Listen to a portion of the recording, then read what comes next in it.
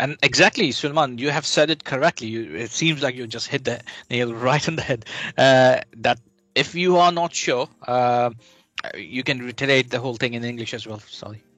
Yeah, as I was saying, is really important that so with MMR specifically, for example, there's a choice. There's 2 types of vaccines. There's one that does contain gelatin and there's one that doesn't. And so if your preference is for the one that doesn't, you can speak to your health professional.